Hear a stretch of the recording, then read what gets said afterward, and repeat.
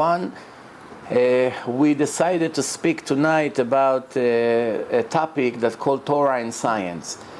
Even though it's a very general topic, you can mix hundreds of different lectures that fall into this category, Torah and science. I have my own Torah and science. I also made a very famous DVD about it, which became very, very popular, and it's always growing and growing in English and in Hebrew.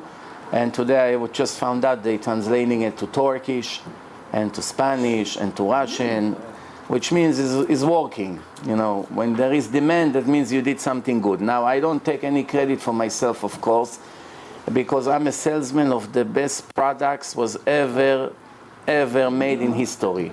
The product of the creator of the world. I present his Torah. I show that everything the scientific world discovered, almost everything I can show you that it was all written black on white in the Torah 3,321 years ago when the Torah was given to the Jews in public. It was a very primitive time, very primitive generation. Obviously, we never expected in our time to discover some of the most amazing discoveries in the scientific world. We didn't expect to find them in our Torah, in a generation that nobody even had a calculator or a telescope or nevertheless computer or anything like that. So it's very interesting. The specialty of this lecture is to prove without any doubt, not beyond reasonable doubt, like in a court. That's not good enough.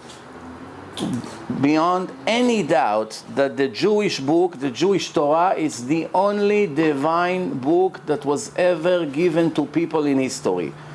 Now I know, if in case you are educated in religions and cults, you probably know that there are more than 80,000 religions and cults in the list in the internet, more than 80,000. And a normal person who is searching for God, and he wants to follow his instruction, and he wants to know the right path, it will take him hundreds of years to investigate all these religions and cults until he finally comes with the right conclusion. By the time he finds out, he has to be 1,000 years old. And of course, it's not realistic. So how does a normal, clever person start his research? Which religion is the most authentic one, or the only real religion? How does it start? It goes in the right chronological order. Which one was the first one? And the truth is, the first one is Judaism. The Christians and the Muslims do not deny that. 3,321 years ago, millions of Jews, at that point they were not Jewish yet. They are called the Hebrews, the descendants of Abraham, the Hebrew, as the Torah named him Hebrew. Hebrew in Hebrew means one-sided, which means he lives in a generation that everyone that follow religion, follow fake religion, which means it's all cults. Thousands of cults in his time. People worship the sun, people worship the moon, people worship animals, all kinds of statues, all kinds of false belief. And here comes Abraham, and he decided it cannot be, he has to be a creator to the world. He began his journey when he was a little kid, and eventually when he was 48 years old, he started to teach the truth to the world, and the rest is history. About almost 200 years later, his descendants are standing in Mount Sinai after 210 years of slavery in Egypt. They came out 49 days after the exodus of Egypt. Millions of Hebrews are listening and hearing the voice of God for the first and last time in history. Up to now, no Muslims, no Christians, no Buddhists can deny any word of what I mentioned. But it gets much better. Even though Christianity started 2,000 years ago, they never try ever to put any doubts about Judaism. The opposite. They adopted Judaism 100%. Christianity never tried to say that Judaism is not a divine religion. The opposite. They call it the Old Testament, which means God gave part one, and now he decided to give a continuation from now on, which is the New Testament. But it's from the same God, same creator of the world, same story, just continuing from now on. Why? There is another actor in a movie. His name is Yossi, the son of Miriam and Joseph. and he's supposedly the Son of God, according to their belief, and he's going to be the Messiah, and the rest we know more or less what they're saying. So far, they're not trying to deny that Judaism is divine. The opposite. All Christians admit Judaism is a divine religion that was given to the Jews in front of millions of witnesses in 3,321 years ago. Muslims, 600 years after Christianity, came a person named Muhammad. He claimed Angel Gabriel gave him the Quran, and he's the new prophet. He never denied Judaism as well. The opposite. Half of the Quran, it's copying from the Torah. Ibrahim met Sarah, he had a son, and he has a grandson, and his grandson, Yosef, it's Yosef. Doesn't matter, everybody understands. We're talking about the same people. Different accent, different pronunciation, but it's the same actors. They're not denying that the Jews received the Torah in front of millions of witnesses. However, from the time Judaism was accepted by the Jews, by the Hebrews, 80,000 times one person came and told the story. One person, remember, I put the highlight on the one. Never ever more than one person came to start a religion or a cult. Never. Always one individual, which is very interesting. 80,000 times, not one of them thought to bring 5-6 witnesses to back up his story. We're going to see why. Soon we're going to understand why. And let's organize the lecture in few steps. Step number one, we already went a little bit too far. My introduction was just a preview of what I'm going to talk about, but let's go to step one now. Step one means we first have to understand that there is a creator to the world. If we don't understand, if we don't know 100% that there is a creator to the world, everything else will be defected later on. We will have problems listening to his instruction, to believe the Torah is from him. It will create a lot of conflicts. So step number one, I have to know scientifically there is a God. He created the world. He created me. He has a purpose in his creation. I need to know all this, not to believe, to know. Believing in science means not knowing. When a person says, I believe, a scientist say, we believe, everybody knows research is not so serious. They believe. We'll wait 5 years and see what their beliefs will bring us. So far, it's only a theory. When they say we know for sure, nobody argue. Well, they have full confidence that tomorrow at 2 o'clock there will be an eclipse. So they know. Why? It's math. Math, it's an exact science. Let's move on. How do I know there is a creator to the world? The proof is really, really much more simple than what you expect. I'm willing to swear, even though it's the first time I'm in this beautiful house, I'm willing to swear that this house was designed by a human being. I'm willing to put my life on the line, my children's life, my wife's life. Not that I hate them, I love them very much. But I'm willing to put everything I own and everything I will ever have, and I'm willing to bet that this house was designed and was built by someone like you and I, a person with a clever mind, with talent, etc., etc. Why? Because there is a rule. If there is a creation, it had a creator. This round table, that it's very symmetric and has the right measurement, was not made by a random explosion. If you think that this table was done by itself, you don't belong here. You belong somewhere, I don't want to say where. You understand? That's very simple. There is a creation, there was a creator. A brain with 10 trillion connections inside, the size of an apple. 10 trillion connections. 10 trillion. 80% liquid. And inside that size of an apple, full of water, full of gel, 10 trillion connection with very, very thin wire, that every 1,000 wires inside the human brain is equal to one hair out of my head. If I pull a hair now, it will be thick like 1,000 wires inside that brain that are very sophisticated, in a very, very sophisticated way, inside liquid. And if you cut one of them, the person is finished. You cut one of them, he cannot move his hand, or he cannot move his head, or he cannot remember anymore, or he cannot hear anymore. It will make him a very serious damage. So cutting 1 or 2 wires, putting a person out of commission, is it possible to think that a brain like this was done by a random explosion as a result of some kind of a physical pressure?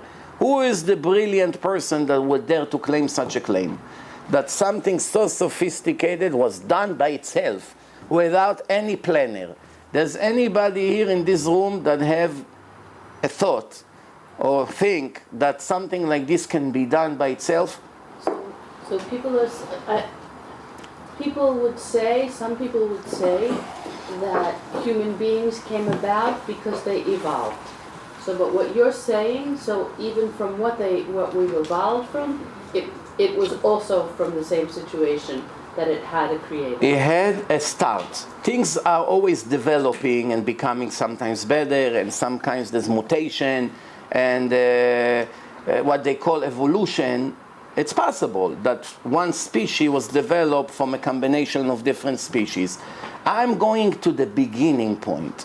The first material that was made in this earth, and we see everything we have here: oxygen, we have rocks, we have water, we have sand, we have trees, we have everything that we have, fruit, 2 million different species of animals, and a very sophisticated machine called human being. Is it possible to think that this entire brilliant creation was done by itself? Nobody ever planned it. There was an accident, and a bomb went somewhere, I don't know, something happened. I don't really know even how they tried to explain the beginning point. They call it the Big Bang, whatever. The Big Bang theory. There was a random explosion and everything fell into place. Obviously, if I would come and claim that I walked here on Riverside Drive and next to the garbage can, I was very surprised because there was a bomb, something exploded, and pieces started to fly all over and connect in the air, and the glass came right into place, and everything, and the battery went in, and the cover, and all the pieces came and connected, and it fell on my hand, and it locked, and here it is. Let's put it that way. You will tell Mr. Shweki, make sure next time when you invite this fool not to waste our time. He doesn't belong in giving lectures. He belongs in a mental institution. This is what you're going to say about me after you heard my claim about the watch. But you never said it about the thousands of famous professors who give this nonsense to all their students for 200 years in the United States. You never said it. Why? If we are consistent, we have to be 100%. If I'm a fool, there are much bigger fools than me. Because I only claim that the watch was done by itself. They claim the whole world was done by itself. A brain of a human being is 1 trillion times more sophisticated than this watch. If I'm a fool, how would you name them? And the difference is, when I give a lecture, you think 1,000,000 times if to show up or no. But when they give a lecture, thousands of people standing online and buy their books. So far, everything I say makes sense. Let's move on. If you have questions, you can always stop me and ask me. I prefer to answer your specific question to just force a lecture on you. So let's move on. Step number 2.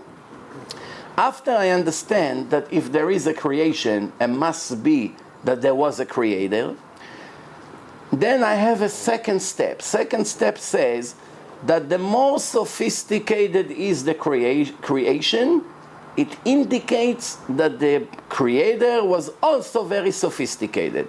To make a table, you don't have to be a genius. To make a laptop, you have to be a lot smarter.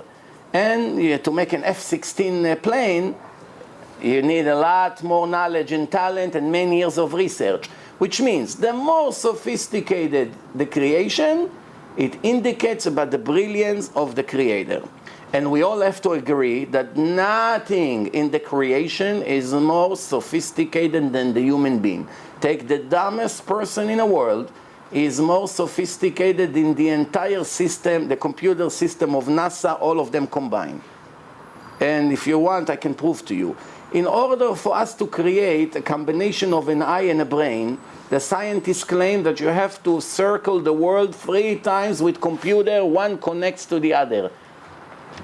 One computer connects to the other, circled the earth 3 times to create just the combination between the eyes and the brain. Everything the eye see sends to the brain, everything is recorded in the conscious and in the subconscious, and later when you need it, it comes in the right time out. It's a very, very sophisticated system. And you have to know, the eye see not only what you are paying attention to.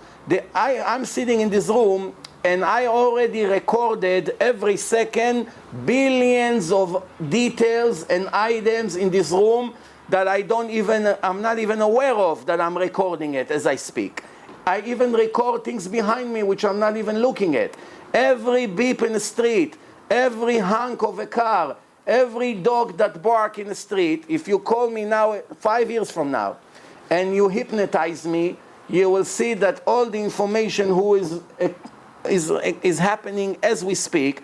Everything has been recorded in my brain to the last detail, everything, which is very interesting. This is a very sophisticated computer. It can never be done by itself. Step number 3, did we ever see, ever in history, a person who created something without a purpose? Please show me. Show me any item that was done ever by any human being that you ever recorded in your history. Did you ever see somebody made something just like that for no reason? If a person made glasses, there is a purpose for it. They made a laptop, there is a purpose for it. A table, even this glass that worth a penny. Do you know how many weeks the planners of this cup were sitting and arguing until they decided to plan it that way? It has to be narrow in the bottom, wider in the top. They made a level here. They made on top something that when you put them one on top of the other, they will become one piece. And they made all kinds of things, and they made it symmetric, and they made it flat, and they made it straight, and sometimes if it's a bottle, so they make it narrow that a person can hold it with one hand. You know how many things? And they made it first, and they ask people, what do you think about it? And the people try it for a week, and people wrote the comments, 1 penny. And in the end, they came up with a final product. Do you ever think that something like this would ever become without a purpose? If this has a purpose, we don't need to be a genius to know that the world has a much bigger purpose. In that case, we're going to step number 5. If there is a purpose, is it possible that the manufacturer of the world created such a sophisticated world and put us here as the main product? We are the main machine in this world. We are the number 1 out of 2 million species. We are the most clever one. We are the most sophisticated one. We control nature. We control the animals. We control all the raw material. Everything in this world was designed for us. You don't need to be a genius to see that the planner of this world planned it for me and you. Is it possible that he would put us here and never tell us the purpose of the creation? In that case, why did he bother? The point is like this. When someone made this laptop, go now all over the world. If you find any brand new laptop in a box without a manual, put an X on my website. Don't ever waste a minute on my lectures. You don't need to. That means I don't know what I'm talking about. But you never find. Every product that they ever made come with a book of instructions. Why? If there's no book of instruction, why bothering? If I would never see the instruction of this computer, well, in my case, I have Joey, so he is my manual. But any other person that doesn't have assistant, he has to sit hours and learn all the combinations, all the benefits that the laptop offers. If not, maybe he will use 1,000% from the ability that this laptop has. What would he know? Few, 5, 6 things, and there's so many other things the computer offers you, you will never know. You don't know if you press 4 buttons, you can do a reset and save your computer. How would you know such a thing without a manual? In 1 billion years, you would never know. You don't know what to have. You need the engineer of the computer to tell you all the secrets about his creation. Anything that was ever made with instruction, what it was made for, and how to use it. So far, everything is clear. So we have 5 steps. First, how do we know there is God? We look at the creation. We know there was a creator. Second, if the creation is very brilliant, it indicates about the ability of the creator. Third, we never found any creation without a purpose. And the next step is, how can it be that there is a creation and the Creator did not tell us the purpose? We see everything was made for us, and of course He gave us book of instruction. In that case, where is that book? Where is that book? Comes Judaism and give you the answer. We're going to investigate. We're not going to believe all kinds of claims. We want to investigate and to know 100%. Come millions of people in the world, what we call Jews. Today there's not that many. Maybe there are 2 million Orthodox Jews who live according to the instruction of the Creator. The rest live in a darkness, in a spiritual darkness. They have no idea what they live for. If you ask them, if you interview them on the street, please tell me what's the purpose of your life? To make money, to be healthy, to get married and have children, to have hobbies, to have vacations, to sleep in bed all day, to get a tan on a beach on my yacht. Everyone has his dreams. To be a famous athlete, to be an NBA star, to be a rock and roll guitar player. Everyone has a dream. Technically, if you review the list of dreams that people have, people who are not aware of the book of God, you can compare it to the dreams of the monkeys, with only one difference, that the monkeys has it easy. They don't have to sweat for it, and we have to work 30 years for it. Is it possible that the monkey, that I'm controlling him, will have everything that I'm dreaming about just as he's born, and I'm going to work 30 years for it? Did you ever see a monkey who had to work 30 years to pay the mortgage? 30 years to have a place to live? As he's born, he has a place to live. Did you see a monkey that has to spend 5 hours in the kitchen every day to prepare money to his family? 1, 2, 3, they have food. Whatever they want. The dogs. He come to my driveway, he has garbage bags. Chinese, Italian, Persian, Arabic food. Whatever we ate that day. Now, when the dogs eat the leftover, they're not really suffering. They don't feel, look, I'm eating the leftover with germs. If the dog knew how miserable he is, that he has to eat my leftover, then he would suffer. But since he's not aware of it, he has a great feeling. Look at me. I come, I don't even know what to choose. My son started to put food for the cat. The cat was very skinny. 1 week later, it's 10 times, not double, 10 times fatter in 1 week. The cat became. He gets so confused. He comes, he doesn't know. My son stuffed the deck.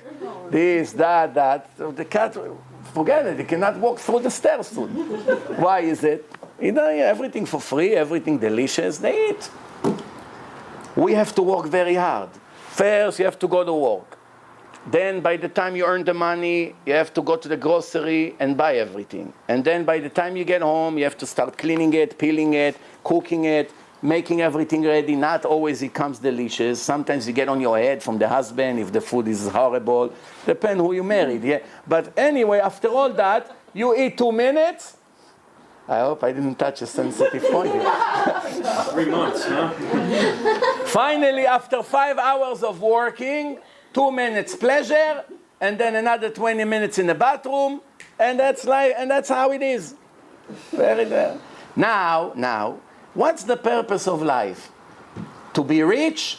98% of the people in the world are not rich. If that was the purpose of the Creator, He would make everyone rich. Since 98% of the people in the world are not rich, and many of them cannot even afford a piece of bread a day, it's very difficult. Africa, Sudan, most of the Arab countries, even in Israel, more than half of the population go to sleep hungry. 500,000 Jewish kids in Israel going to sleep hungry, cannot afford food. You hear about all these famous millionaires in Tel Aviv, but most of the kids in Israel are very poor, cannot afford anything. So most of the world is poor. If the purpose of the creation was to pleasure the people here and to do it in a materialistic way, then everybody had to have equal pleasure. There's no reason why one creation will have full pleasure and the other one only half, and the other one nothing. So obviously that's not the purpose. To be healthy, most people in the world are sick with at least one sickness. At least one. This kind of problem, ulcer, eyes problem, allergies, there's millions of things that you can name. So that wasn't the purpose, because then in that case, everyone would be healthy. The purpose was to be happy, happiness, to be happy. I promise you 90% of Americans are living on Prozac today. Yeah, anti-depression medicine, whether they're rich, poor, they have a job, they don't have a job, they're successful, they're movie stars, either drugs or Prozac or alcohol. Why? Everyone with stress, almost no one is happy. They even ask Bill Gates, is your wealth brought you ever happiness? He said, absolutely not. There was in an interview in prime time in Israel. He said, it only brought me convenience, but never happiness. They asked him, you are the right person to ask. Does money bring happiness? He said, he got angry. Absolutely not. When I die, I would leave my children only $10 million. Can't afford even an apartment in Midtown. The children of Bill Gates, after he gave $17 billion for donations so far, you know. So what do you see from it? He comes and declares, I have everything, and never brought me happiness. You don't need him. King Solomon already wrote it in his will. I had everything, I control the world, and my conclusion to life is, fear God, follow his instruction, because that's what human being is all about, nothing else. You were created for a purpose. Here is the book.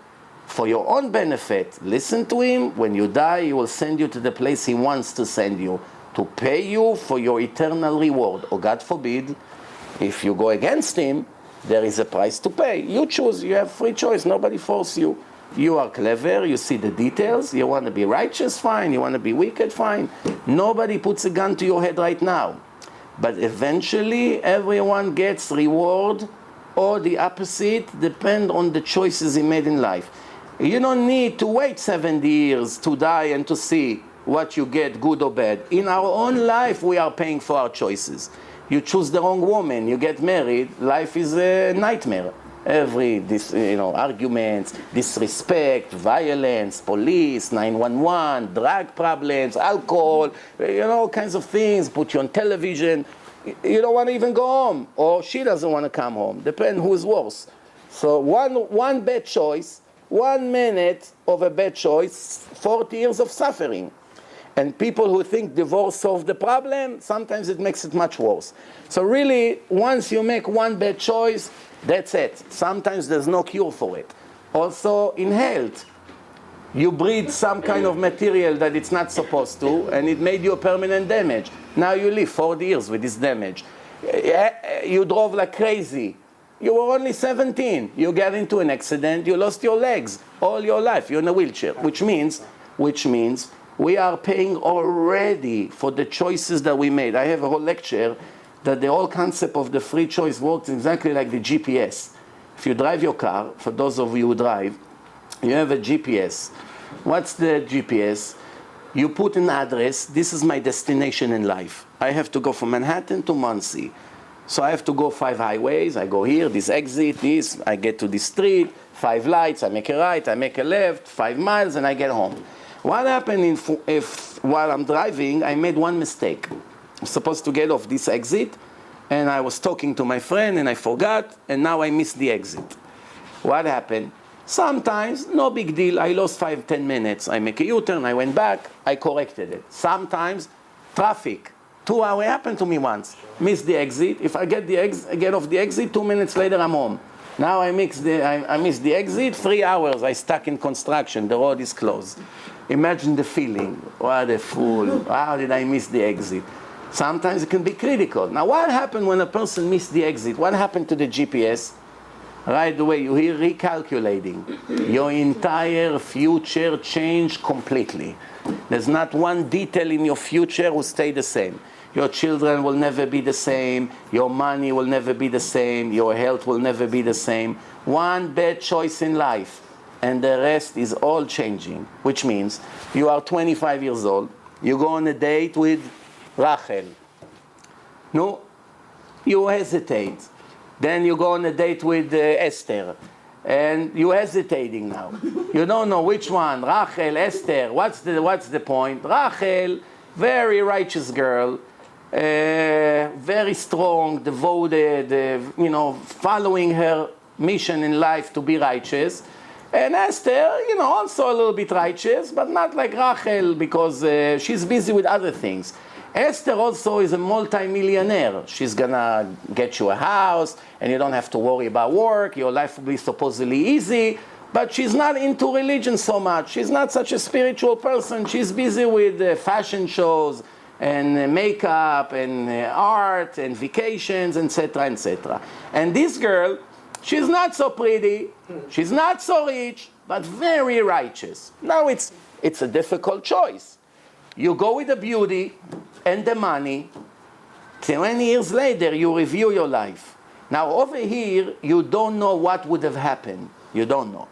But according to the Torah, when a person dies, first thing he sees a movie of all the mistakes he made in his life and the results of every mistake. Which means, if a person was a brilliant person and he never learned Torah, he see what would happen if he would go to yeshiva and learn Torah. They show him, this is what you were supposed to be, and look what a loser you became.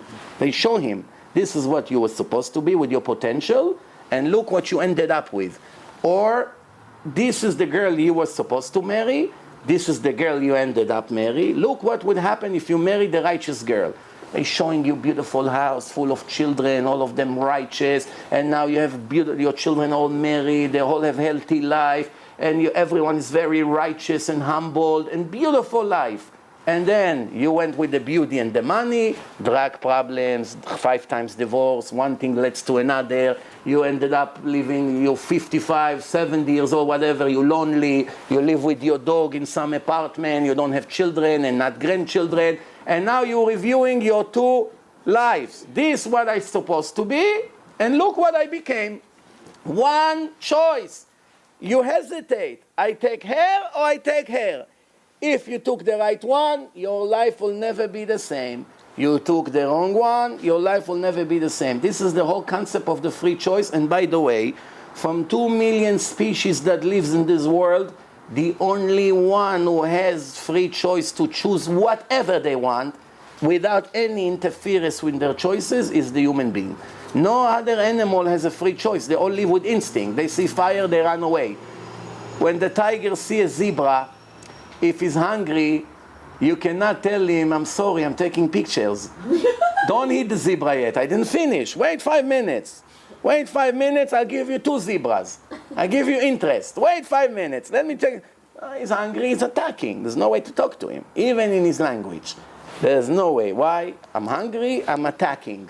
I'm not hungry, I don't touch you. I see fire, I run away. I see water, I jump in. That's how animals are.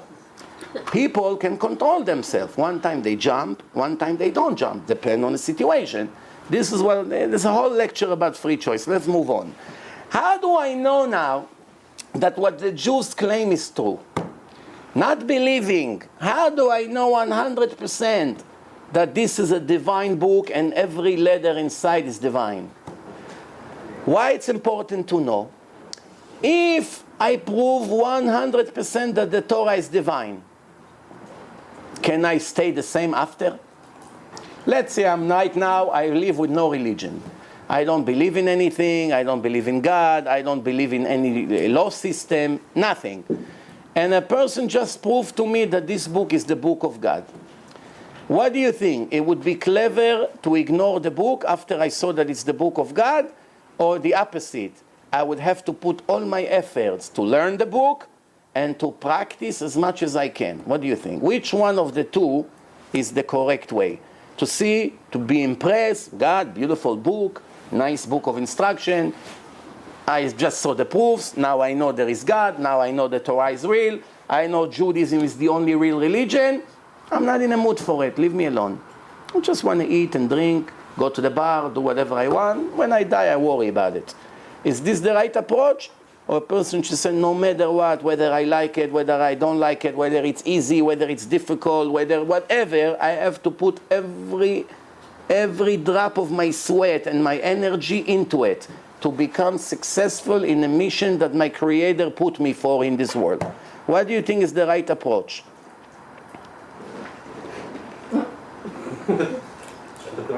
They're afraid to say the first one. You know what? Because then it's going to be no return from there. No, so what's the answer? Huh? Should I answer for you? Huh? You know what the answer, no? Anybody disagree with me? Huh? No, don't be embarrassed. Let's prove to you that the Torah is divine. The Torah, it's really not one Torah, it's two Torahs, written and oral. Why you need two Torahs? Because if all the instructions of God will be written in one book, from that moment on, every person, whether he's Jewish or not, have free access to all the secrets and all the instructions of God.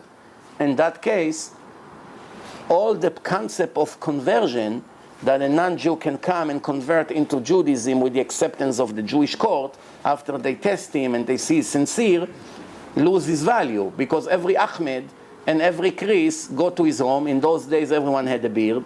Everyone was covering their head. All women were covered from head to toe. So what do they have to do? Just change their name to an Hebrew name and come to a different country and say, hey, Shalom, how are you? We are Jewish. That's it.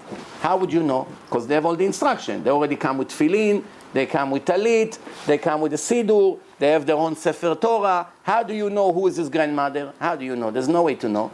It's not like today, you can Google it. 3,000 years ago, if an Ahmed came and said, my name is Yosef, and my grandmother was Miriam, and my grandmother was Sarah, how do you know?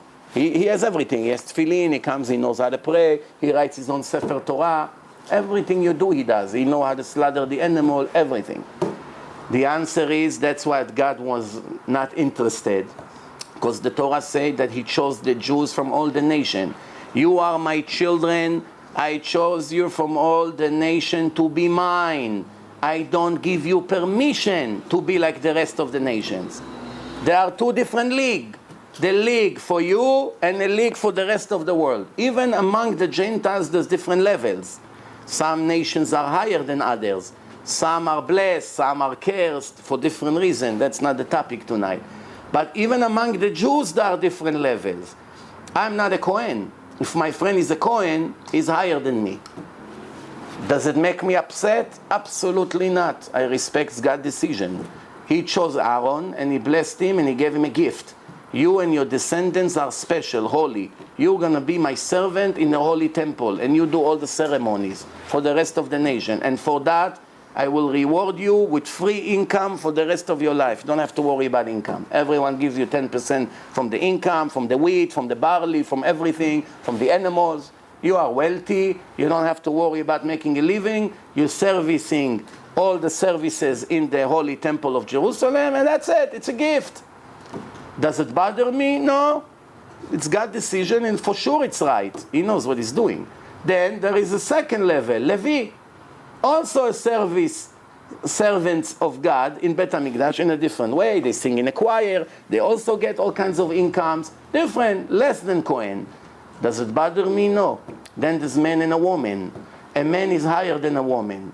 Now I know all the women here right away get upset. The answer is not because the man is smarter than a woman. No, the Torah said the woman is smarter than a man. And women has benefits that men will never have. And the Torah said that you have to respect your wife and treat her like a queen and buy her gift and help her and never bother her and never yell at her and definitely no violence. And she has a lot of great rights. And when you marry her, you give her a contract, you already promise her in case you die one day how she's protected, her financial future is protected, in case one day you get divorced for whatever reason, her rights come before even your children. First you have to pay her from what you left. There's a lot of rights to women in Judaism. And women can do everything they want. She can even put tefillin. She can do anything, almost everything she can do. And we have examples in the Gemara that Bruria, the wife of Rabbi Meir, was sitting with tefillin and arguing with the Chachamim. So there's no really discriminations against women. However, the only reason God made Eve was an assistant to Adam. Adam came first, and the Torah says God saw that it's not good for the man to be alone. That's why he made him an assistant. Ezer kenegdo, he made a woman to be his assistant. Who is more important, Obama or his vice president? Who makes the decision? I never heard once about the vice president of the United States. Everything I hear, Obama decided, Obama did not decide. What about the second person in America? You hardly hear about him. Why? He's important, he's very important, but the president is above him. And if he decides left and the president wants to go right, we have to listen to the king. And that's the way it works. However, don't make the wrong mistake here. Every person has a level. Does it mean that he's not important, that God doesn't love him? Not true. He loved the Jews and he also loved the non-Jews. And he said that you cannot steal from them, you cannot deceive them, you cannot offend them, you cannot kill them, and many, many other things. Why? I created them. And when they destroyed, for whatever reason, don't even be happy, etc., etc. Let's move on now. So, since we have a written and oral Torah, one more thing we have to know. There is no way to understand one verse in the written Torah before we clarify what it meant in the oral Torah. For instance, even simple sentences that every first grade kid in yeshiva supposedly understand because it's simple Hebrew, does not mean literally what it sounds like. For instance, Lo tevashel gdi b'chalev imo. Don't cook the meat of the gdi, of a sheep, in the milk of his mother. That's not what it means. That's what it sounds like. You take the mother's meat, after you slaughter it, you take the meat, you take the milk, that's the kid. Now you take the mother, you take some milk from her, you want to make yourself a steak with dairy liquid, whatever, you're not allowed. That's not what it means. Even a cow, it's the same thing. Deer, the same thing. You know, so how would you know the truth of the Torah? You must go into the oral law. I give one more example. How all Jews unite in Israel 60, 70 years ago? Sfaradim, Ashkenazim, Yemenites, Hasidim from Poland, from Germany, Syria, Yemen, Persia, from all over the world with no internet, no telephones, no connections, nothing whatsoever. Jews started to come, immigrants from all over the world. They opened their bags. Every one of them has a set of tefillin. One for the hand, one for the head. Same, all of it was black. You never saw one yellow.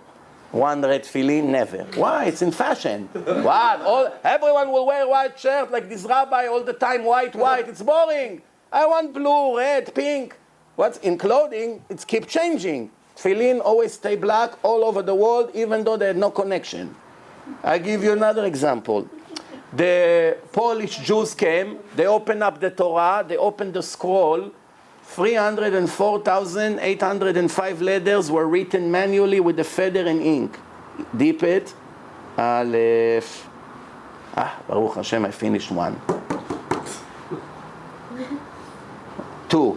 304,805 letters. Takes between 1 and 2 years to prepare a Sefer Torah. Jews from all over look completely different. One has a fair hat and long peot. This Syrian looks like Arab with kid, with special tarbush like this, with a mustache or whatever. They open up, same Torah. The Polish one with the Yiddish accent, speaking Yiddish, and the Arab Jew that came from Syria or from Egypt, opened it, same Torah, with no connection. All over the world, same Torah. And same Gemara. Same Shulchan Aruch, same mezuzah, 713 letters, everything the same. Same Brit Milah. Tomorrow the Syrian Jew has Brit Milah. They speak with different accents, same tradition, same everything. The German Jew, same Brit Milah. Did you ever see someone who make Brit Milah over here? How come? It's not written in the Torah how to circumcise the babies. It's not written in the Torah how to prepare tefillin. It's not written in a Sefer Torah how to prepare a Sefer Torah. It's not written in a Torah how to observe the Sabbath. Basically, nothing is written in a written Torah. Nothing. Only the name of the mitzvah. No instructions whatsoever that the Goyim will not have access to it. And even when Jews were learning from the rabbis all the secrets of every mitzvah, it was forbidden to write it. If you wanted to write it, you only were allowed to write one subject at a time on a scroll, separately. Not everything together. Only one. Brit Milah we're learning this week. I'm writing myself comments. what the Rabbi was teaching, all the secrets. How does the Rabbi know? He got it from his Rabbi. How does his Rabbi know? From his Rabbi. From his Rabbi all the way to Moshe Rabbeinu. And then 3,321 years later, you gather all the Jews in Israel, and everyone has the same Torah, the same 613 laws. By the Christians, it should have been the same way, no? 2,000 years of Christianity. How many different Christianities we have, do you know? Different Christianities. More than 150,000 different Christianities. Take the New Testament, put one next to the other, everyone is different than the other. Mistakes, errors, human errors, missing words, missing dates, spelling, problem, grammar problems, all kinds of things. Events described differently. Why? After 2,000 years, when they were copying, up to 500 years ago, it was all manually. Then they started to print. But it doesn't matter. When you copy from 100,000 letter, you have to make at least one mistake. So if I made one mistake, and he made one mistake in a different letter, there's already 3 versions. The original, I have one mistake, so mine is different, and he made in a different letter, so now there's already 3 versions. Now she copied. What happened? She made mistake. Or at least one. Sometimes you make 50 mistakes from 100,000 letters. It's all manual. You copy one by one. Sometimes you can skip the whole row by mistake. You copy. It happens all the time. So what happened? After 2,000 years, there's more than 150,000 different versions. When I say that to the priest, I had a famous debate against this Christian priest. Baruch Hashem, we had more than 1 million views all over the internet about it, about these things. I got so many thousands of responses from people. Now we translated Mizrachi Hashem to Hebrew. It's going to be a hit in Israel. The priest said in the end of the argument, I told him, after I showed him one mistake after the other, in the end, he said, you put me in a hole, I don't know how I'm going to dig myself out of there. So I told him, I just proved to you, your religion is fake. It's not God's religion. It's not a divine religion. It's a man-made religion. If you have one answer, come, I'm not running away. And of course, they don't have any answer. So then he said, but my heart doesn't let me leave it. Who cares about the heart? So I told him, when Mustafa blew up the kids with the bus with the kids, he also believed in his heart that that's the right thing to do, to kill innocent children. The heart is nothing. One day you're depressed, one day you're happy, you drink a little bit l'chaim, so you're happy, now you don't have l'chaim, so you're upset. If we follow our hearts, for sure we'll end it to the wrong direction. The heart is nothing. We have to talk about knowledge, and it doesn't have answers. Why? Because it's a fake religion. Same thing Islam, full of human errors. Let me give you a few examples what I mean human errors. Here, 1,400 years ago, the Muslims received the religion. Muhammad come from the desert and he say, this is the book that I received from Angel Gabriel in the desert. Who is Angel Gabriel? The angel of the Jews. How did he know about him? Everybody knew Torah in those days. Everyone, even the Goyim. A very popular book. It's the best seller ever. Even better than Harry Potter. Harry Potter you don't have in every house in the world. The Torah probably in every house. No matter where you go, Poland, Czechoslovakia, Japan, even in China. There's much more apartments with the Torah than other books. So, Muhammad brought the Torah, now at the Quran. Now remember, he never tried to claim that the Torah is not real. The opposite, the Torah for sure is from God. Opening the Quran in Surah 40, verse 36 to 37, it described that Pharaoh and Haman had a meeting. Pharaoh and Haman. What's the problem? Haman was born almost 1,000 years after the last Pharaoh died. Haman and Pharaoh could never have a meeting. And here, according to the Quran, they wanted to build a tower to go and fight. They said that Pharaoh and Haman, they were two wicked people. And they had a meeting, and the meeting they planned that they want to make a tower and go and fight against God. But Haman and Pharaoh could never see each other, because Haman was 1,000 years. How did they know about Haman? From Megillat Esther. That was about 2,400 years ago. And the Torah, 3,300 years ago. 900 years difference. Pharaoh of Egypt, the last Pharaoh, to the first Haman. There's no way they can ever see each other. No. Let's continue. Who is the mother of JC? Miriam, no? Mary, Maria. Same lady with a different dress. So, it's the same ladies, only one actress. Miriam, Maria, Mary, you name it. And who was the sister of Moshe? The sister of Moses and Aaron?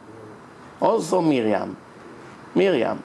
In the Quran, they made one critical mistake. They mixed between the two Miriams and made them into one person. The mother of JC is the sister of Moses. 1,300 years difference in a generation. The Miriam, the prophet, this is before we enter the Holy Land. And Maria, the mother of JC, it's 1,300 years difference. And in the Quran, it says that the wife of Paro raised Moshe. Who raised Moshe? The daughter of Pharaoh, Batia, the daughter of Paro. But in the Quran it says clearly the wife. She said, don't kill the baby that I found in the Nile. We may have use for him. The wife of Pharaoh found Moshe. The Torah said, no, it was the daughter of Pharaoh. Human errors like little children in a mental institution, first grade. No, I'm not exaggerating. Please, I'm 100% serious. I'm not even joking.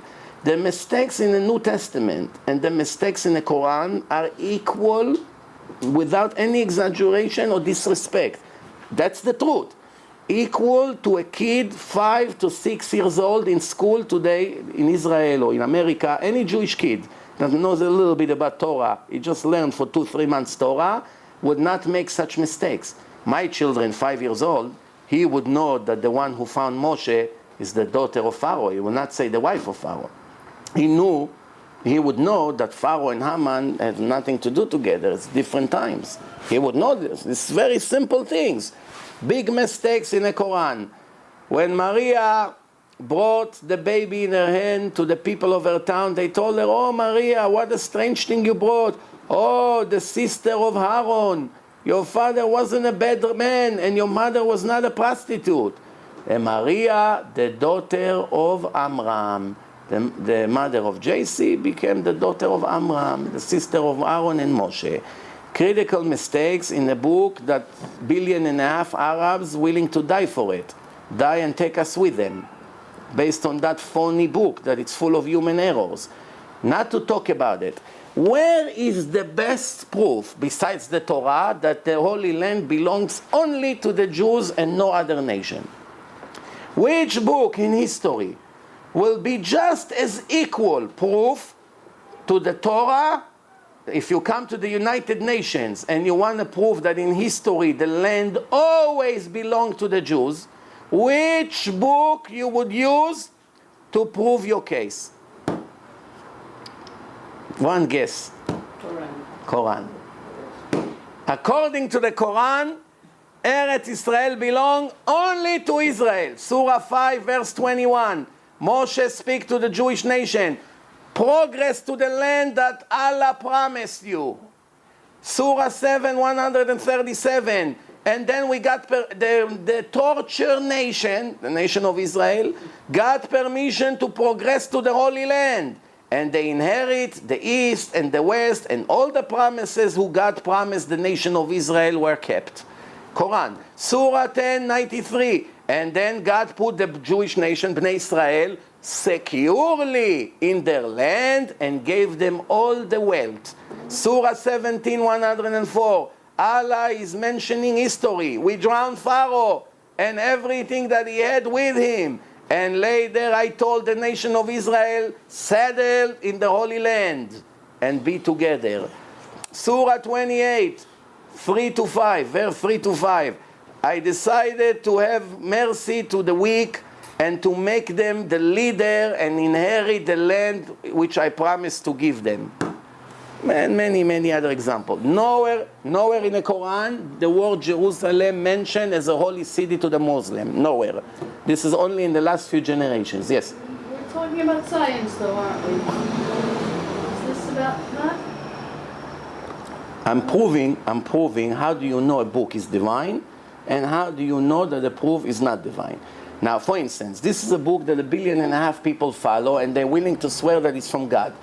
Once there is a human error in a book, regardless of what human error, for instance, if I tell you that the Twin Towers collapsed in Brooklyn, we all know it happened in Manhattan.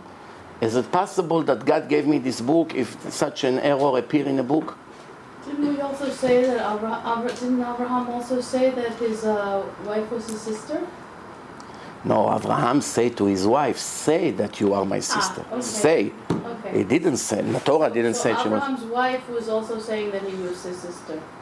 No, Abraham said to Sarah, if you're going to say that you are my wife, they're going to kill me. Please say that you are my sister, otherwise they'll kill me. It's a life risk. Well, it's not a mistake. I can tell my wife, when we go there, if they ask you who you are, say that you are my sister. It's no mistake. This is what Abraham said. But I ask you a question, you didn't answer me. I ask you, if I came to you in the name of God and claim He gave me a book, and inside that book it says that the Twin Towers collapsed in Brooklyn, is it possible that I received that book from God, regardless of the rest of the book? Start again. Okay, again, I say to you, I came here, first time you ever see me. I brought a book, there's no religion yet. I come and I give you the book and I say, God made me the prophet, and you have to follow the instruction of His book. I'm the leader, and you have to obey my instructions. And this is the book who God gave me. Now you open the book, first page, and there was a big explosion. The Twin Towers collapsed in Kings Highway in Brooklyn. That's what it says in the book. Is it possible that this book is from God, or 100% without a doubt we know right now that this is a fake book, it's not from God? Can God make such mistake? He doesn't know where the towers collapse? Possible? Not possible. Sure. I said. What? I don't You're not giving a clear answer. I Anybody think it's possible that God would write in a book that the Twin Towers collapsed in Brooklyn? Oy lanu if we have such a God, that He doesn't know what happened 10 years ago and where it happened.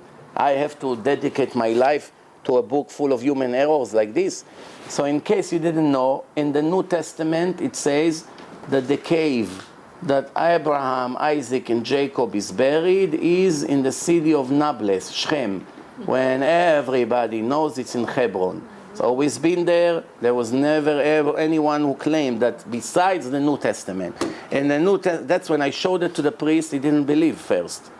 And then when I found him the source, it's in Act 7 in the New Testament, he almost fainted. He drank 17 bottles of water. Why? Because he didn't know how to get out of there. Because I told him before, if somebody would come, exactly the question I ask you, I ask him. That's not interesting to me. No, not interesting. We are searching now for the truth. Is it possible that a book that has such human errors, it's divine or no? That's the question. The reason I say it, because now I want to prove to you how do we know that the Torah is really divine. But in order for me to prove it, first I want to show you that two books that are very famous and close to 4 billion people follow, and some of them are willing to die for that book, are definitely not from God. That's step one for me.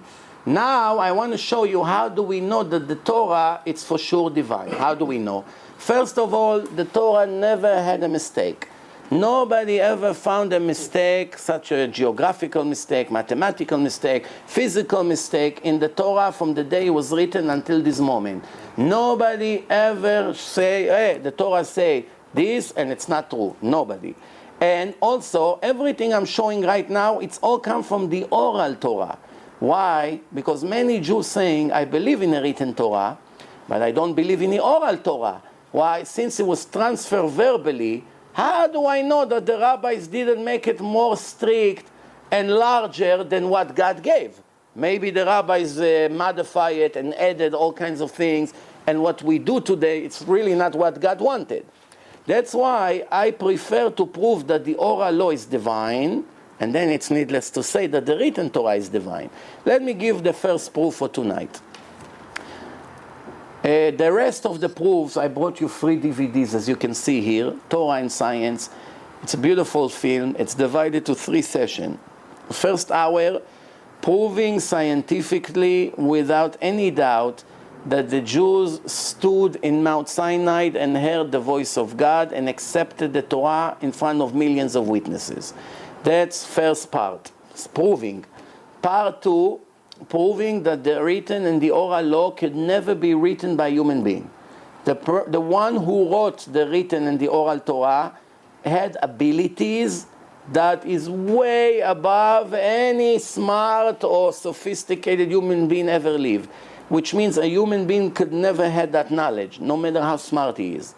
And that changed the whole thing, if you know that it's divine book. And the third part is teaching the purpose of life, the free choice concept, why righteous people suffer, why wicked people celebrate, what's going to happen in the afterlife. Many famous questions that every individual asks, whether he's a Jew or not, I answer in the third part of the movie. Let's move on.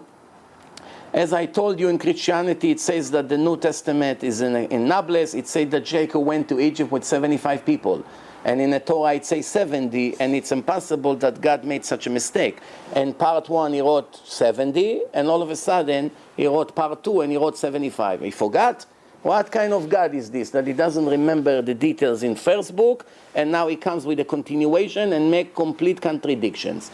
But there are many more. If you want, I also brought you a copy of the debate. You can watch it and decide for yourself.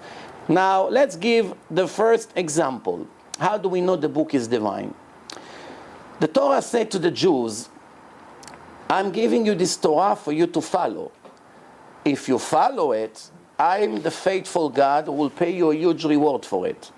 Not only here, mainly almost everything when you die. In your end, I will reward you in your end. Or in another verse, for you and your children forever. Forever means forever. Lecha ulevanecha ad olam, if you understand Hebrew. For you and your children for eternity. I will benefit you and your children for eternity for listening to me and following my instructions. What happens if you don't listen to me? God says. I'm reading to you a verse in Deuteronomy chapter 4. It says like this. I will spread you in all the nations. Did it happen or not? This was written 3,300. There's not one country that you don't have Jews. Even in Afghanistan you have Jews. Arab countries, all over. In Saudi Arabia you have Jews. In Kuwait you have Jews. In Syria you have Jews. In Iran you have Jews. Everywhere you have Jews. China you have Jews. Everywhere. I will spread you in all the nations. Only very few of you will survive. We are the smallest nation on the planet. 13.2 million people, that's it, Jews. It sounds like we are at least 500 million, because you hear about us on the news and everywhere. There are more Nobel Prize winners, Jews, than anybody else. And the Jews are not even 0.01 of the population of the world.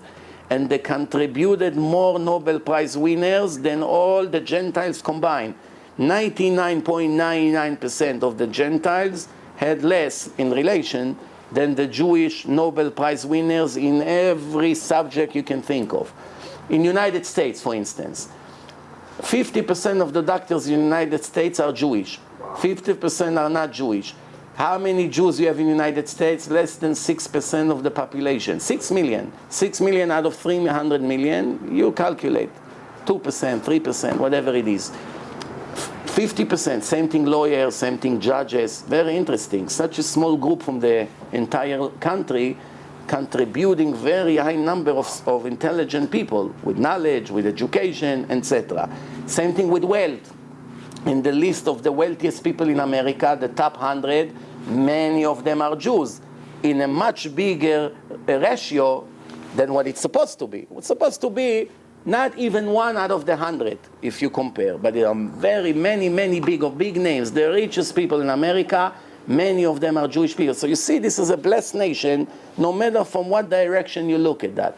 And the Torah comes and say, I will spread you in all the nation, only very few of you will survive. This is a prophecy. A person could never promise such a thing. And what does it say? We started in the same generation like the Chinese people, 4,200 years ago.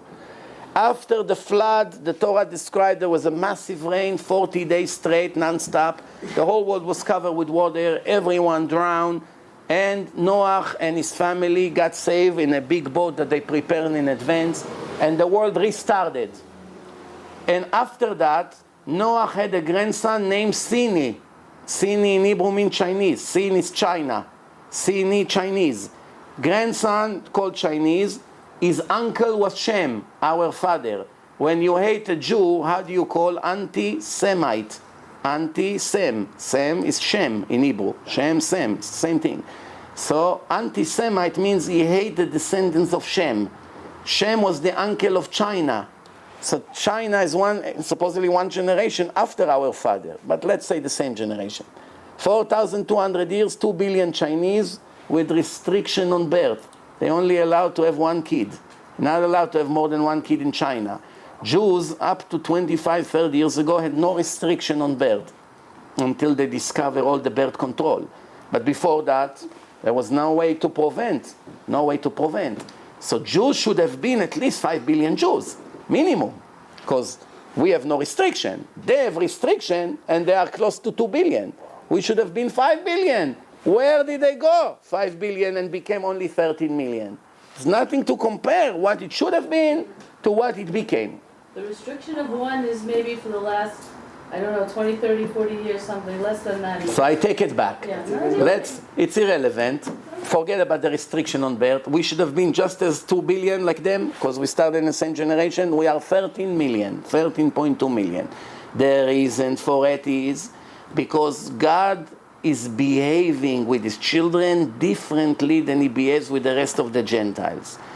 Which means the nation of Israel, as the Torah says, have special restrictions that the Gentiles do not have.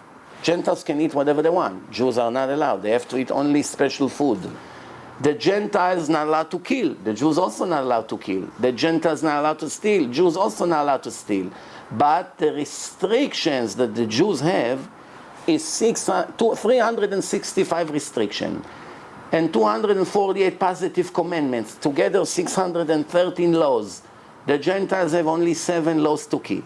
A righteous Gentile that keeps the 7 laws and loves God and is faithful to him and is not ungrateful and he keeps the 7 laws, has the world to come. He goes to heaven of the Gentiles. It's a much lower spiritual level with less pleasure, but it's eternal.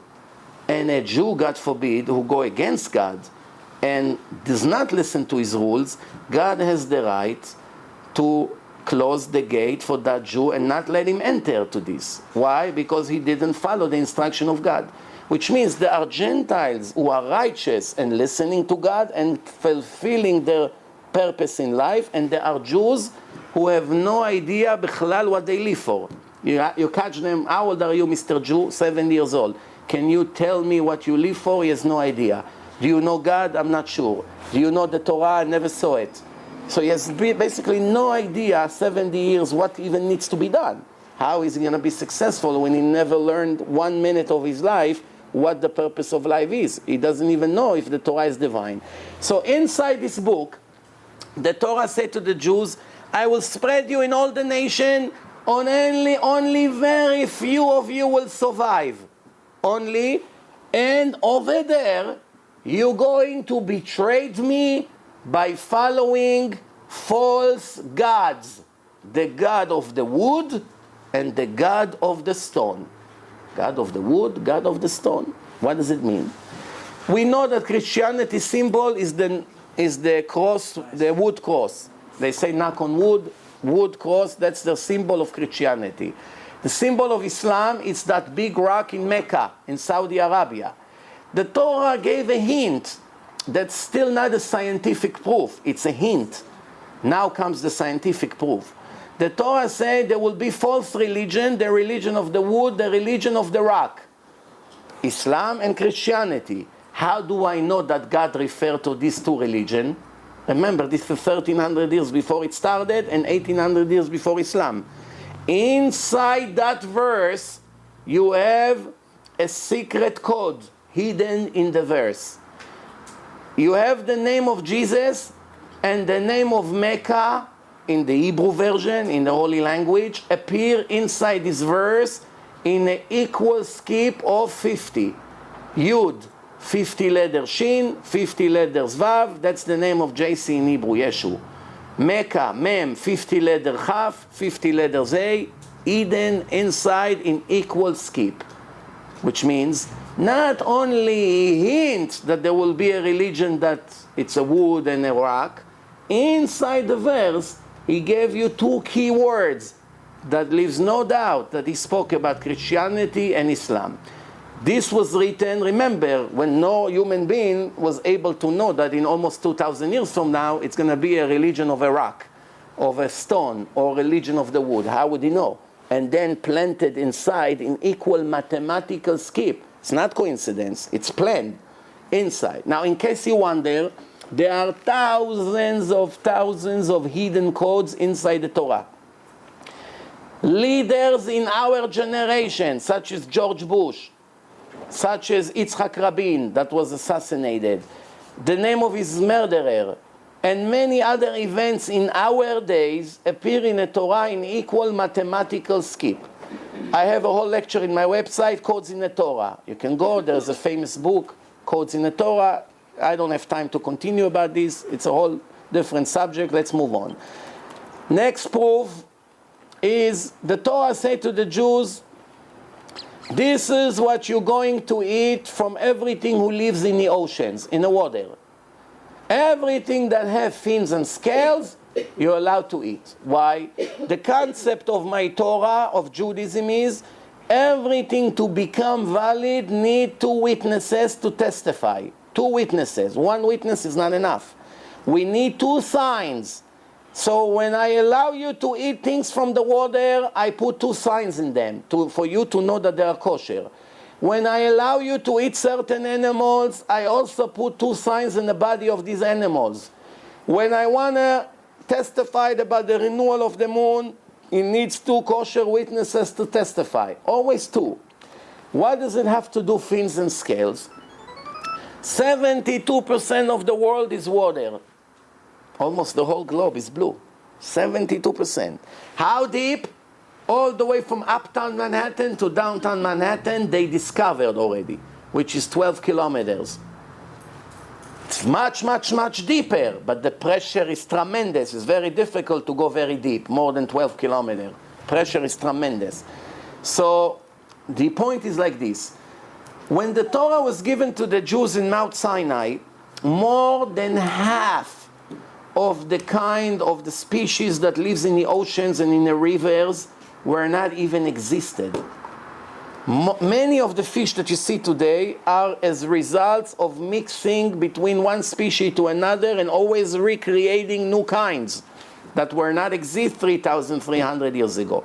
Sometimes naturally in the oceans they get mixed, sometimes artificially in museums, in all kinds of research in Florida, in Eilat, in different, the scientists are merging between one kind and the other and creating. In Eilat, in Israel, there is a museum with pools, and inside they tell you, this species was created from this, and this is what came out. This and this. Now, when the Torah said to the Jews, if you want to know if you permit it, if you're allowed to eat it, you don't have to know it. You can go now somewhere in the middle of the ocean and you caught some fish. You never saw him in your whole life. There's more than 40,000 different kind of fish. I'm able to remember all of them? No, of course not. I don't have to. There are more than millions and trillions of things that are moving all the times in the ocean, constantly, all over the world. I have no way simultaneously to see all of them. But the Torah told me you don't have to. Don't break your head. All you have to know that you have to see fins and scales. You saw it, it's kosher.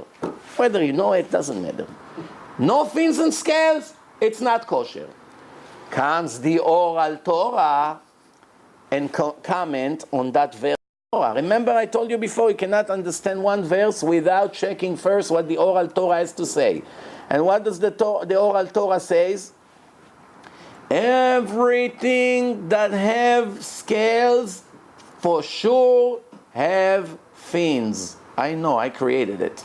You will never find anything in the water, all over my world, that did not, if it had scales, it did not have fins. However, you can find things that have fins but doesn't have scales, such as a shark, dolphin. Many fish are smooth skin. But if you saw scales, for sure you're gonna see fins, and all you need is to find one. You don't need to find 1,000. One, from now on until the end of the world, if you find one thing in the oceans, even those who are not exist yet, will be born in 1,000 years from now. If you find one thing in the ocean that have scales and did not have fins, that's the end of Judaism right there. Because it will be the first mistake in the Torah, and you will never find mistake in my Torah, because I'm not making mistake, I'm God. Now let's analyze it together. If a Jew is in a hospital, God forbid, and they brought him half a fish, he doesn't see the fins. They show him, Mr. Cohen, here, raw fish, you wanted a draw, you want to make sushi out of it, right? Here, take it. Now we see raw fish, half. You only see the head and half of the body. So on the half, on the body, he sees scales. He scratched the scales, they're falling off. But he doesn't see the fins.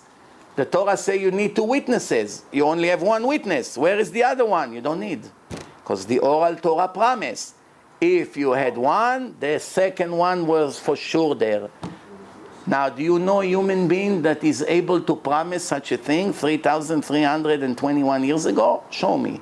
What person will take such a risk? First of all, what does it have to do with the book of laws?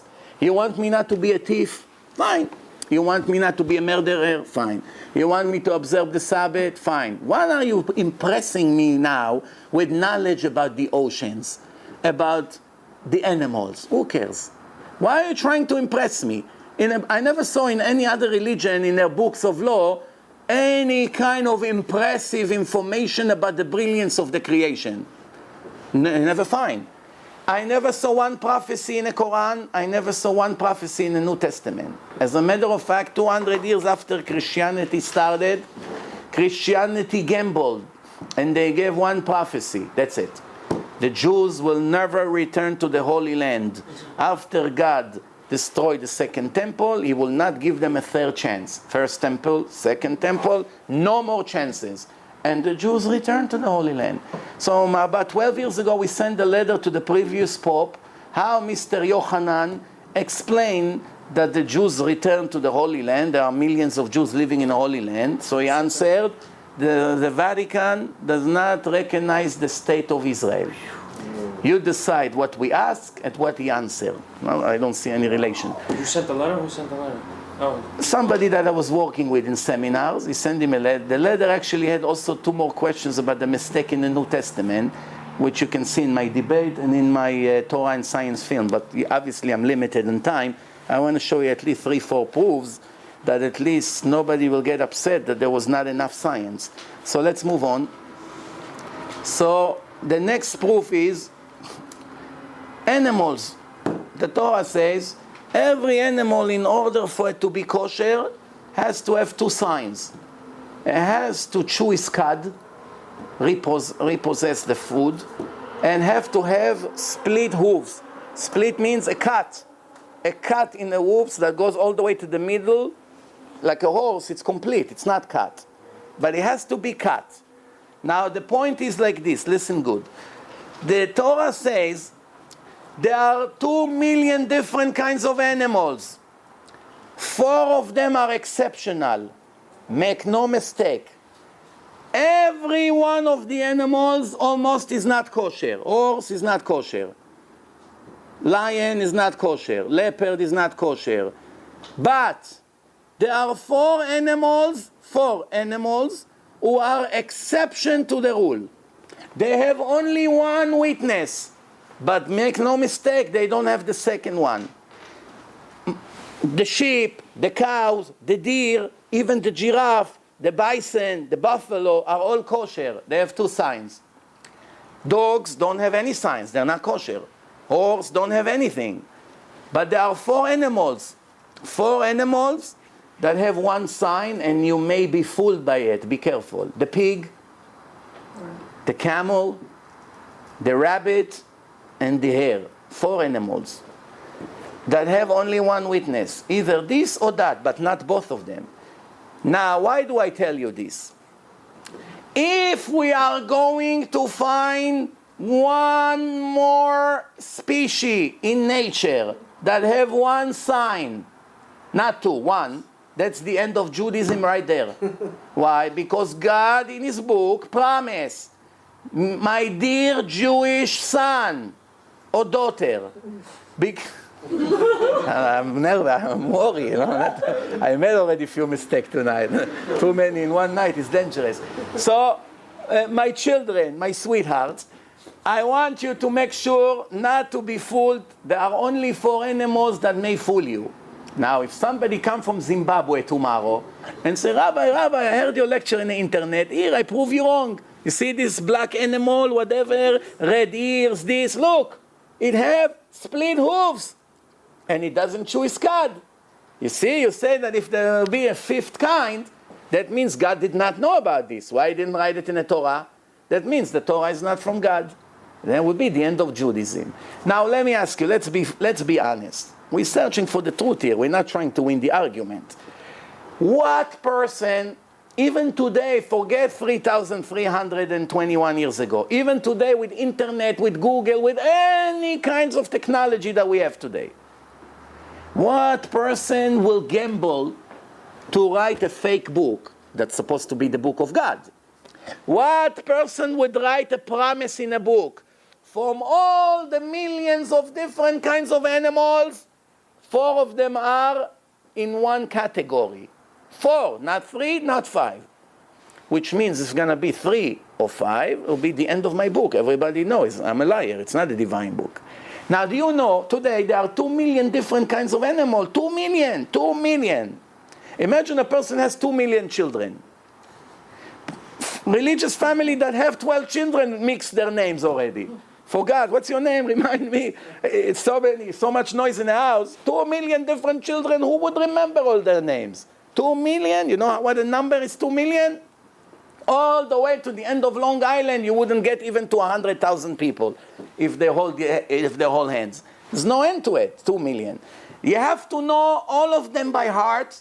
You have to know them perfectly from the outside, perfectly from the inside. You have to know and control all the future of the world to write such a thing.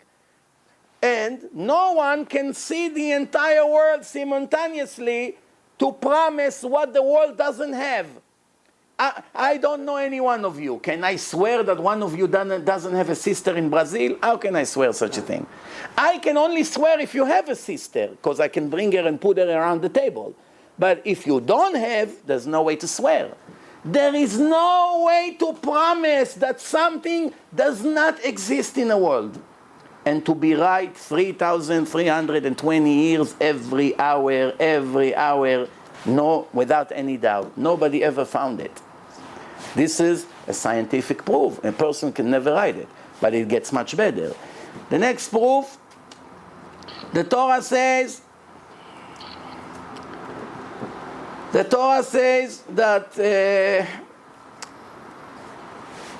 the number of the stars in the universe, up to the generation of Galileo Galilei, in the year 1608, Galileo Galilei invented a telescope. It's really incorrect. That's what they teach in college. About 30 years before him, someone named Hubble, he really started it. And then he died. And then came Galileo and finished the job. So it's really a combination of 2 people. So Galileo had a telescope 6 feet wide. Up to that generation, which means up to the year 1608, every person in the world was willing to swear that there are maximum 8,000 stars.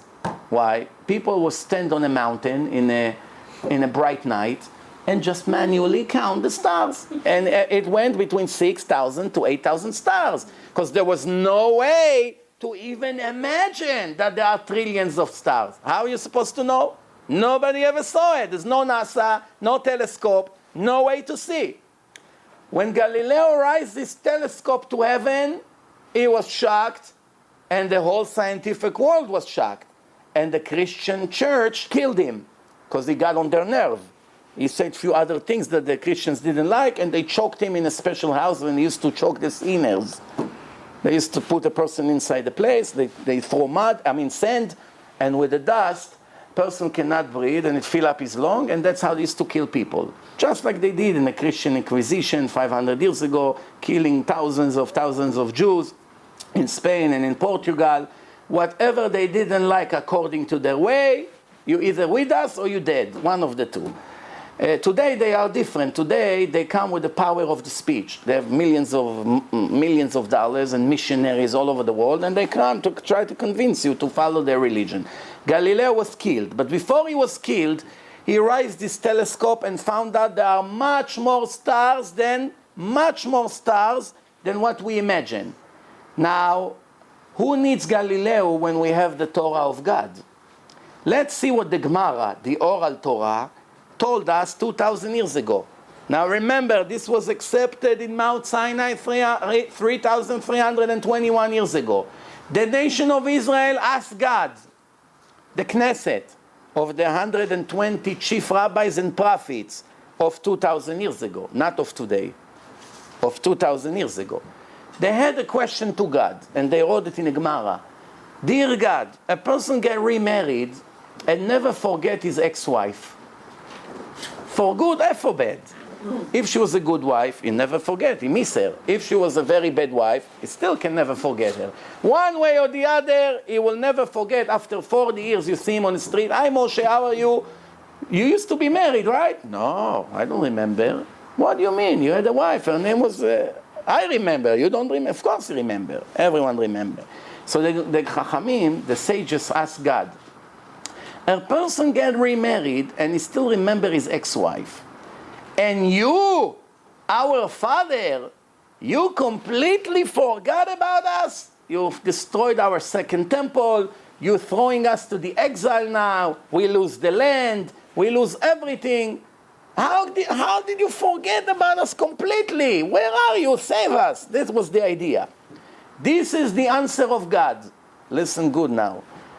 Amar la Kadosh Baruch Hu, Hashem answer. God says, 12 section I created in heaven. Now you're going to see soon what's the connection between the question and the answer, and how much we can learn from it. Where is it in Gemara? It's a Gemara, page Brachot, page 32. Masechet Brachot, the chapter of the blessings of the food, in page 32, in the left side of the page. So the Gemara says like this. God say, Biti, my daughter, 12, here he didn't say my son, my daughter. Biti, my daughter, the entire nation of Israel, it's in a female language. In Hebrew, it's like Spanish, you have male and female in every object. In English, it's not always male and female. If you say you don't know if you talk to a man or woman. If you hear someone say to someone, are you coming? You don't know. But in Hebrew, you know right away. Atba or ataba. You know right away. So Hashem say, Biti, my daughter, 12 section I created in heaven. And in each section I created 30 armies.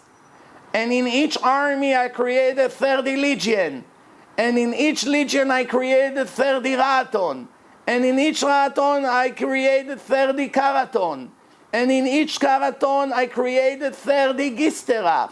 And in each gistera I hung 365,000 multiplied by 10,000 stars. And all of it I created for you. Who is for you? The nation of Israel. And you have the nerve to tell me that I forgot about you and neglected you? That's the answer of God. You think because I destroyed the temple and I'm sending you now to Babylon or to Rome, do you think that was actually to Rome because it's the second destruction? Do you think I forgot about my children? Everything I created, all this galaxy for you, for the nation of Israel, the whole world is for you, for my children. And you think I forgot about you? That's the story. What are we learning from this story? Let's do the math. 12 section, 12, times 30, times 30, times 30, times 30, times 30, so 5 times 30s. 12, 30, 30, 30, 30, 30, times 365,000, Ribor, Revava, 3 more zeros, 10,000, multiplied by 10,000. It gives us 1 and 18 digits after the 1. I think that in English it's called quadrillion. I think, but don't hold me on that. It's 1 and 18 zeros after. 10 to the power of 19. This was in a generation, nobody had a telescope, nobody had NASA, and nobody could see more than maximum 8,000 stars. You have to be crazy to write such a thing in a book and claim that it's from God. If you are a faker, nobody would ever dream such a thing. Let's do the math. It gives us 1.0643 times 10 to the power of 19. Very long number. Let's see what NASA has to say. NASA. We all know NASA, the American agency. In 1990, 21 years ago, that's all, Dr. T. Brewers from Queen Mary College from London had a research with mega computers, computer size of a building each one, and found that the 10 to the power of 19 stars in universe. And the interesting thing is, he has, the satellites are taking pictures of all the galaxy. Then there's a huge computer. The computer count how many stains, how many dots. And then they come out with a number. I don't really care about their number, whether it's a little bit off or on, it doesn't matter.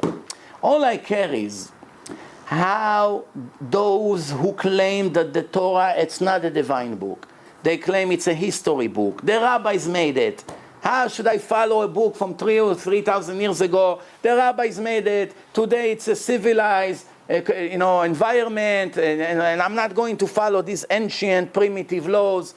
But the Torah says that the Torah applies to every person until the end of time. Equally, no difference. Primitive, modern world, doesn't matter. Everyone is in a test here in life until the end of this world, God says. Now, how did a person was able to write such a thing in a generation that you couldn't see 8,000 stars? So this 1 to the power of 19 is mamash in the Torah or is it in the Gemara? It's in the Gemara, which makes it even greater. It's an oral law. Oral law, not which was very good, available. very good. It was transferred from rabbi to student, and just when the Jews were sent to exile, Rabbi Yehuda Anasi, the founder of the Mishnah, he gathered all the oral Torah, which was groups of laws. He gathered it into what we have, Shisha Sidre Mishnah, the Mishnayos.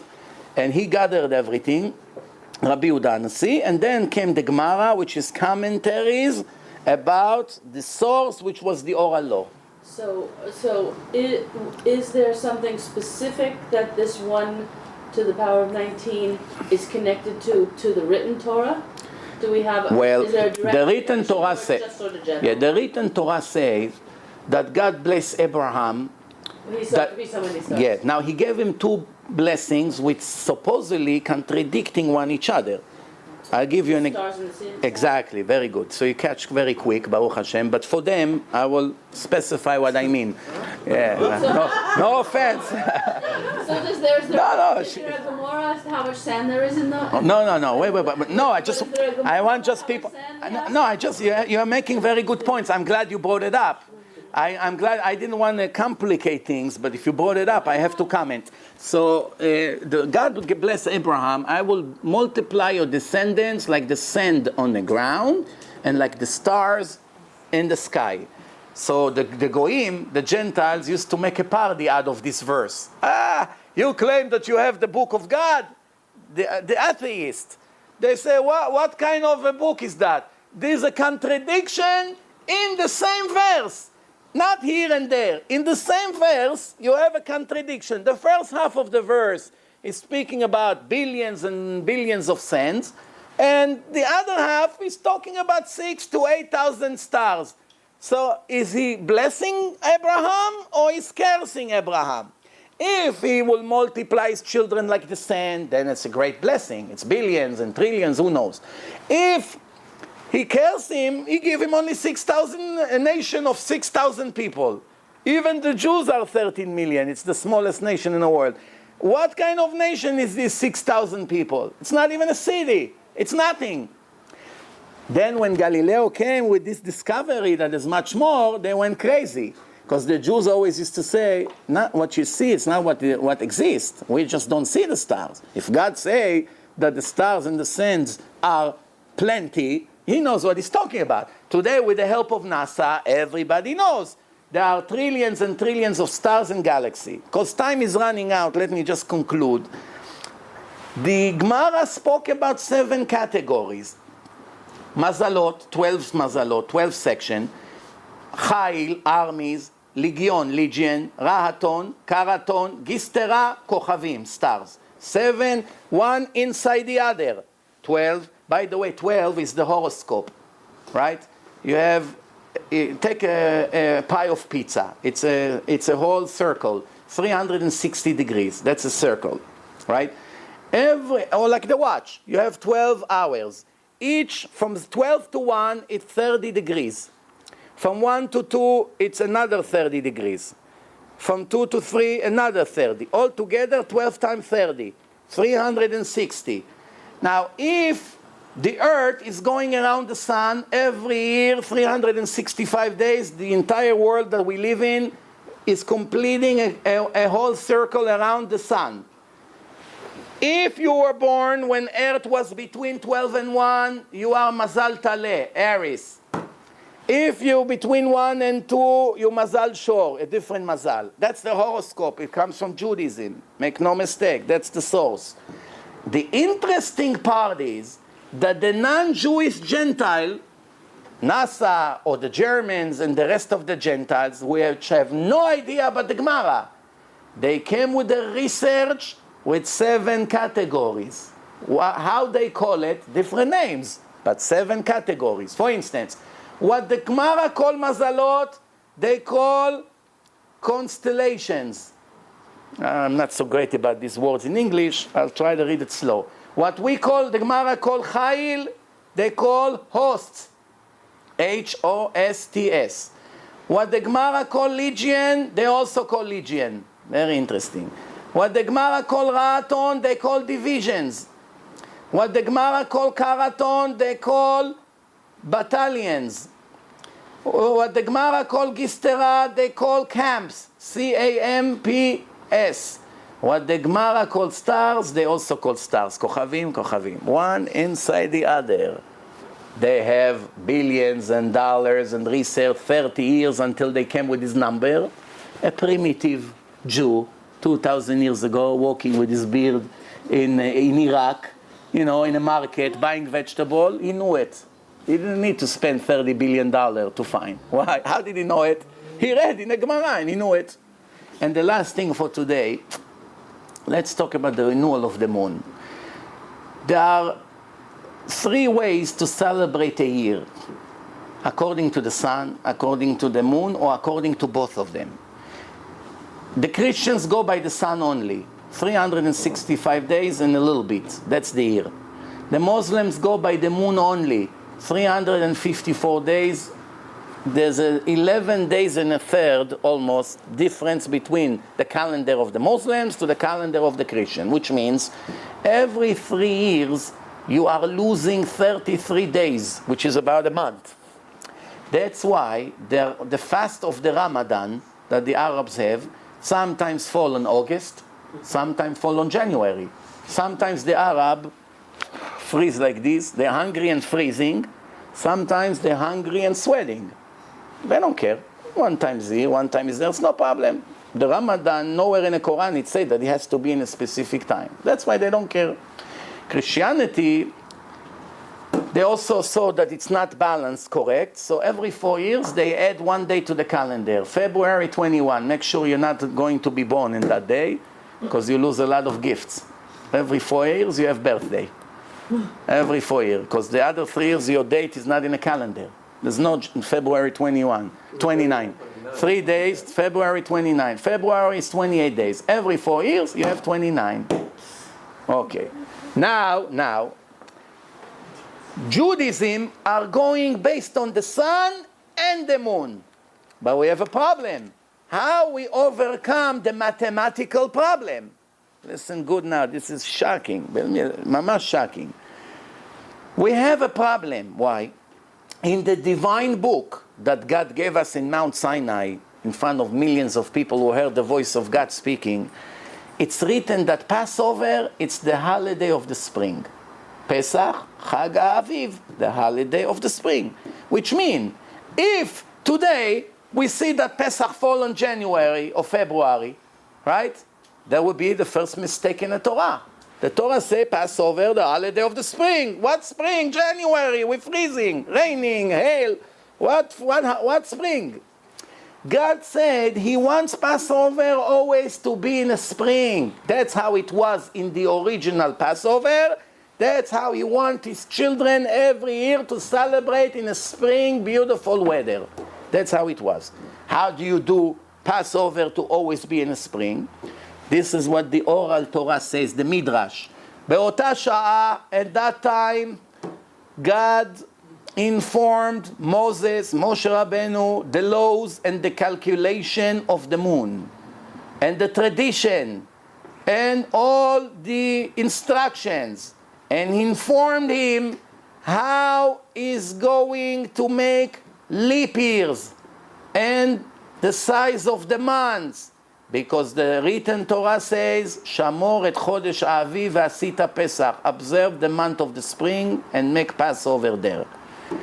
What does it mean? Listen good. Every 19 years cycle, we're adding 7 more months to the Jewish calendar. Every 2 to 3 years, there's an extra month. The Jewish months usually are 12 months. But every 2 or 3 years, you have 13 months in a year. It's called Adar Bet. Adar Aleph, Adar Bet. Now, the month of Passover is Nisan.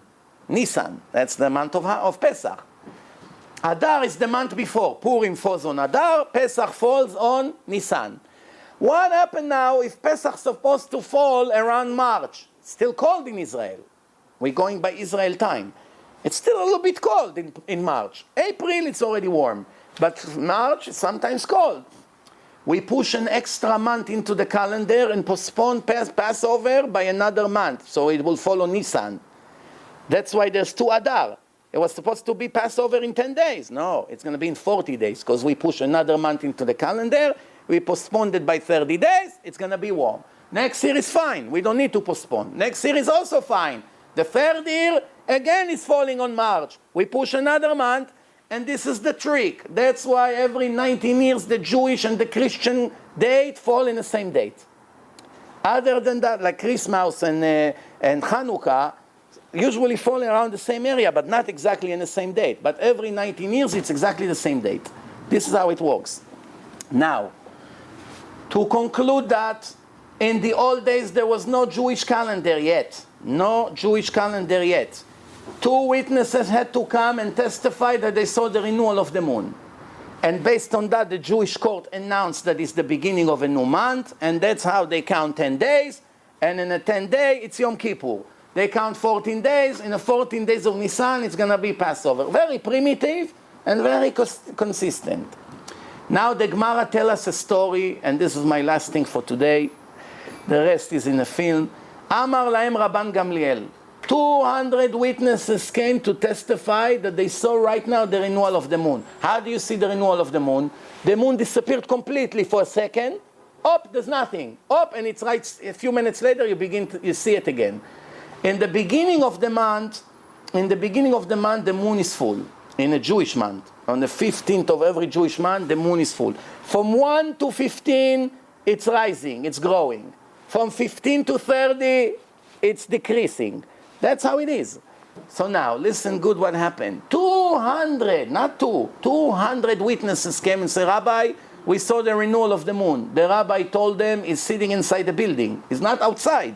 They came from outside. All of you are wrong. So, Rabbi, you are inside and we are outside. 200 people. All of us saw the renewal of the moon. The rabbi told them, you're all wrong. Why? They're not in the right place. Why? We received from Mount Sinai a minimal cycle.